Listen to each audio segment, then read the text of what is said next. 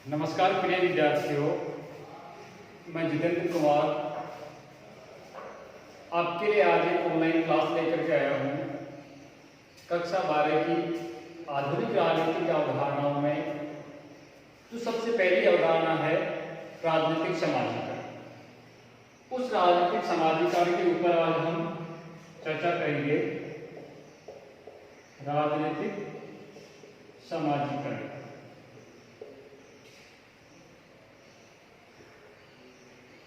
राजनीतिक समाजीकरण में हम पढ़ेंगे राजनीतिक समाजीकरण का अर्थ, परिभाषा और राजनीतिक समाजीकरण के साधन। तो इनमें सबसे पहले हम देखते हैं राजनीतिक समाजीकरण का अर्थ। राजनीतिक समाजीकरण दो शब्दों से मिलकर के बना है, राजनीतिक और समाजीकरण। राजनीति से आप सभी परिचित है और समाजीकरण को हम देखें तो समाजीकरण है वो समाज से बना है, यानी सबसे पहले व्यक्ति और व्यक्ति से मिलकर के बनता है परिवार और परिवारों से मिलकर के बनता है समाज। यानी जिन परिवारों की एक सी मान्यताएं होती है, एक से रीति रिवाज होते हैं, एक से उनकी संस्कृति होती है, वो सभी परिवार मिलकर के समाज का निर्माण करते हैं। तो राजनीतिक समाजीकरण एक समाजशास्त्रीय संकल्पना समाजीकरण से प्रेरित है।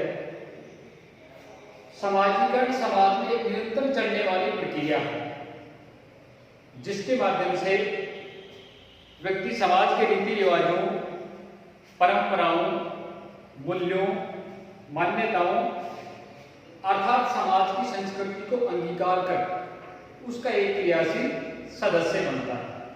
यानी समाजीकरण के माध्यम से व्यक्ति समाज का एक सक्रिय भागीदार बनता है। जैसे प्रत्येक समाज अपनी संस्कृति के अनुरूप बालक को बोलना, अभिवादन का तरीका, पूजा पद्धति, पहनावा, खान पान की आदतें आदि सिखाता है।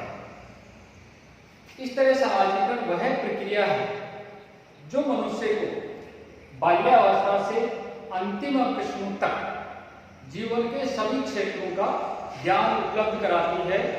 यह एक सतत एवं बहुआयामी प्रक्रिया है। समाजीकरण का क्षेत्र है बहुत ही व्यापक है। राजनीतिक समाजीकरण तो केवल एक समाजीकरण का भाग है। इस प्रकार हमने देखा समाजीकरण। अब समाजीकरण से ही मिलकर के बना है राजनीतिक समाजीकरण। जैसे समाज में सीखने सिखाने का दौर चलता रहता है, उसी तरह राजनीतिक जीवन के लिए भी इस प्रकार सीखने सिखाने की प्रक्रिया है वो चलती रहती है, जिनके माध्यम से व्यक्ति में राजनीतिक समझ विकसित होती है। यानी वो राजनीतिक चीजों का ज्ञान ग्रहण करता है, राजनीतिक जीवन पद्धति के प्रति उसके दृष्टिकोण का विकास होता है।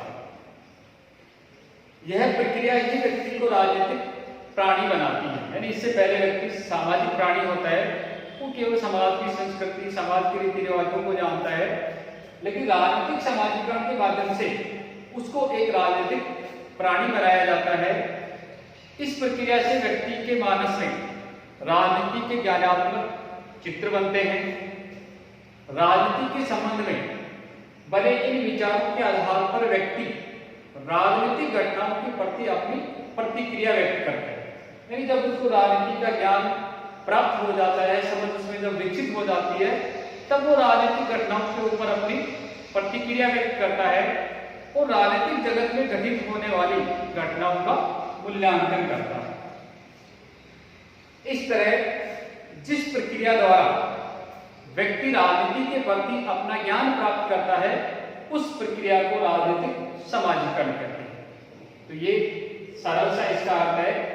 राजनीतिक समाजीकरण के माध्यम से व्यक्ति है वो राजनीतिक संस्कृति को एक पीढ़ी से दूसरी पीढ़ी में स्थानांतरित करता है। राजनीतिक समाजीकरण के माध्यम से राजनीतिक संस्कृति को एक पीढ़ी से दूसरी पीढ़ी में पहुंचाया जाता है, तो वास्तव में राजनीतिक व्यवस्था के सुचारू संचालन में इसकी महत्वपूर्ण भूमिका होती है। प्रत्येक राजनीतिक व्यवस्था में कुछ आदर्श होते हैं, जैसे भारत का आदर्श लोकतांत्रिक व्यवस्था एवं स्वतंत्र समाज है। अतः भारत में राजनीतिक समाजीकरण के द्वारा या राजनीतिक समाजीकरण के माध्यम से नागरिकों को लोकतांत्रिक व्यवस्था एवं स्वतंत्र समाज के प्रति निष्ठावान बनाने का प्रयास किया जाएगा। यानी उनको भारत की राजनीतिक व्यवस्था है वो सिखाई जाएगी। इसी तरह अन्य देशों में जो वहां की व्यवस्था है उसके अनुसार उसको सिखाया जाएगा। जैसे साम्यवादी चीन की हम बात करें तो साम्यवादी चीन में साम्यवादी व्यवस्था बंद समाज है, इसलिए चीन के नागरिकों को राजनीतिक समाजीकरण के माध्यम से इसे अनुरूप बनाने का प्रयास किया जाता है। तो इस प्रकार से राजनीतिक समाजीकरण से या राजनीतिक समाजीकरण के माध्यम से व्यक्तियों को राजनीतिक संस्कृति का ज्ञान कराया जाता है। राजनीतिक समाजीकरण की व्याख्या करने का श्रेय सर्वप्रथम हर्बर्ट साइमन को, यानी हर्बर्ट साइमन ने सबसे पहले राजनीतिक समाजीकरण की व्याख्या अपनी पुस्तक पॉलिटिकल सोशलाइजेशन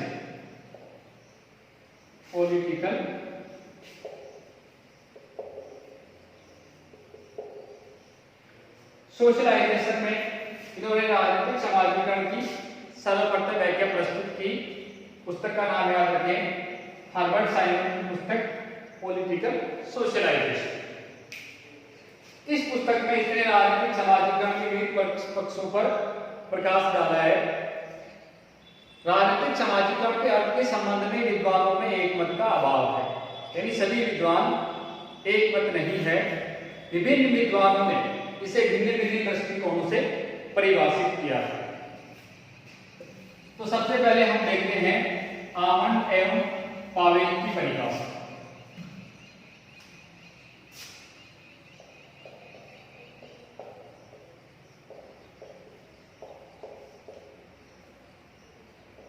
आमंड एवं पावेल की परिभाषा।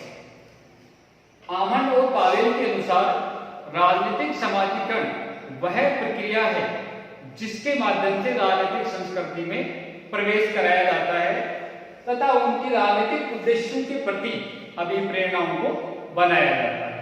यानी राजनीतिक समाजीकरण के माध्यम से व्यक्ति को राजनीतिक संस्कृति में प्रवेश कराया जाता है और उसकी जो अभिप्रेरणाएं हैं उनको विकसित किया जाता है, बनाया जाता है। अगली परिभाषा है कामना।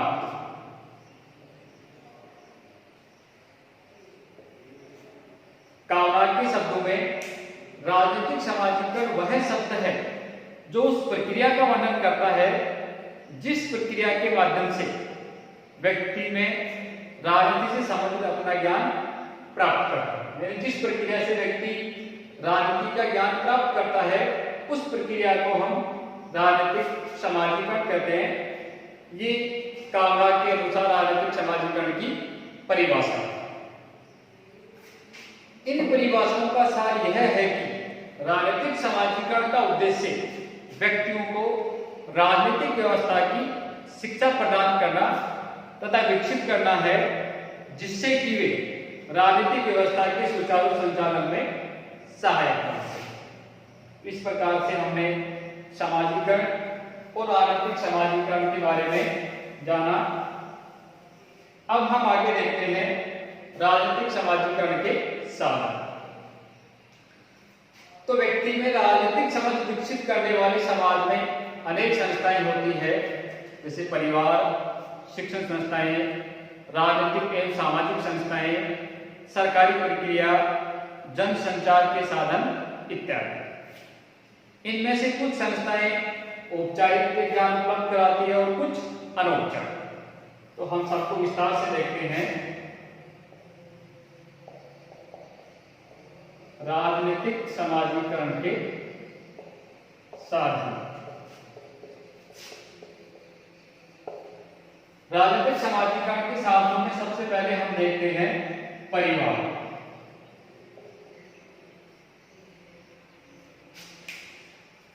परिवार राजनीतिक समाजीकरण का पहला साधन है। यह परिवार प्रथम पाठशाला मानी जाती है जिसके माध्यम से बालक रीति रिवाजों और परंपराओं को सीखता है। वह अपने माता पिता की आज्ञा को स्वीकार करता है जिससे उसमें सत्ता का बोध होता है। इसके अलावा परिवार में वह सबके साथ मिलकर रहने, परिवार में सहयोग करने तथा अपनी मांगों को मनवाने के लिए किस प्रकार दबाव बनाया जाए आदि बातें सीखकर राजनीतिक क्रियाओं की क्षमता विकसित करता है। यानी राजनीतिक क्रियाओं को सीखने की जो क्षमता है वो बालक में सर्वप्रथम परिवार से ही विकसित होती है। सामान्यतया चुनावी अनुभव ये बताते हैं कि परिवार का मुखिया जिस राजनीतिक दल का समर्थक होता है, परिवार के अन्य सदस्य भी उसका अनुसरण करते हैं। यानी परिवार का एक मुखिया जिस राजनीतिक दल से संबंध रखता है तो जैसी उसकी विचारधारा है उसी के अनुरूप परिवार के अन्य सदस्य चलते हैं, यानी उसी विचारधारा को वो ग्रहण करते हैं। इस प्रकार राजनीति के प्रति प्रारंभिक समझ का विकास परिवार के माध्यम से ही होता है। राजनीतिक समाजीकरण का जो दूसरा साधन है वह है शिक्षण संस्थाएं।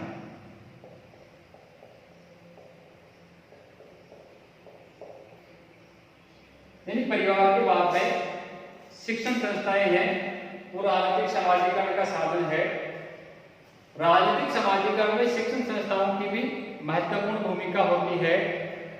बालक परिवार में जिन राजनीतिक अनुभवों को सीखता है, जिन अनुभवों को बालक परिवार में ग्रहण करता है, शिक्षण संस्थाओं में वे विचार, वे अनुभव और ज्यादा दृढ़ बन जाते हैं। शिक्षण संस्थाओं में बालक अन्य साथियों के साथ राजनीतिक व्यवस्थाओं की विविधताओं और विरोधाभासों के साथ समायोजन करना सीखता है। यानी शिक्षण संस्थाओं में अलग अलग विविधताओं के बालक आते हैं या उनके विचारों में विविधता होती है, तो उन सब साथियों के साथ मिलकर के वो समायोजन करना सीखता है। बालक की शिक्षा जितनी व्यापक होगी, इसकी संभावना ज्यादा है कि वह राजनीति में उतनी ही रुचि लेगा या उसके राजनीतिक ज्ञान का विकास उतना ही ज्यादा होगा। सामान्यतया शिक्षित व्यक्तियों में अशिक्षित व्यक्तियों के बजाय ज्यादा राजनीतिक समझ होती है। राजनीतिक समाजीकरण में विद्यार्थी पर शिक्षण संस्थाओं के पर्यावरण तथा शिक्षकों का प्रभाव पड़ता है।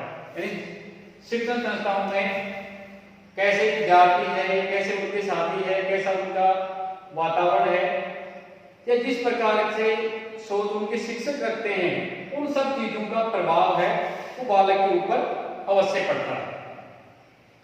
अगला हम राजनीतिक समाजीकरण का साधन देखते हैं, राजनीतिक दल।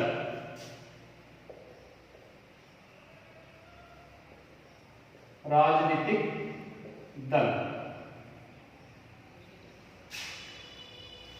विभिन्न राजनीतिक दलों की अलग अलग विचारधाराएं होती है, या हम यूं कहें कि अलग अलग विचारधारा के लोग हैं वो अलग अलग राजनीतिक दलों में शामिल होते हैं। राजनीतिक दल अपनी नीतियों, विचारधारा और कार्यक्रमों के माध्यम से समाजीकरण का महत्वपूर्ण कार्य करते हैं। यानी वो समाजीकरण का एक तरह से प्रशिक्षण प्रदान करते हैं। चुनाव के समय चुनावी सभाओं के द्वारा रैलियों, नारों, पोस्टरों, मीडिया आदि के द्वारा लोगों को राजनीतिक प्रशिक्षण प्रदान कर उन्हें अपने अनुकूल बनाने का प्रयास करते हैं। यानी अपनी नीतियों के द्वारा, रैलियों के द्वारा वो लोगों को अपनी तरफ या अपने दल की विचारधारा की तरफ मोड़ने का प्रयास करते हैं। चीन जैसे साम्यवादी व सर्वाधिकारवादी देशों में राजनीतिक दलों पर कठोर नियंत्रण होता है। यानी वहां पर आसानी से अन्य दल का या जिसकी विचारधारा अलग है वो नए दल का गठन है वो आसानी से नहीं कर सकता है, उनको उसी दल की विचारधारा में शामिल होना पड़ता है। जबकि भारत जैसे लोकतांत्रिक देशों में राजनीतिक दलों पर शासन का नियंत्रण नहीं होता है। अगर उनकी अलग विचारधारा है तो वो अपना राजनीतिक दल अलग से बना सकते हैं। अगला हम साधन देखते हैं, राष्ट्रीय प्रतीक।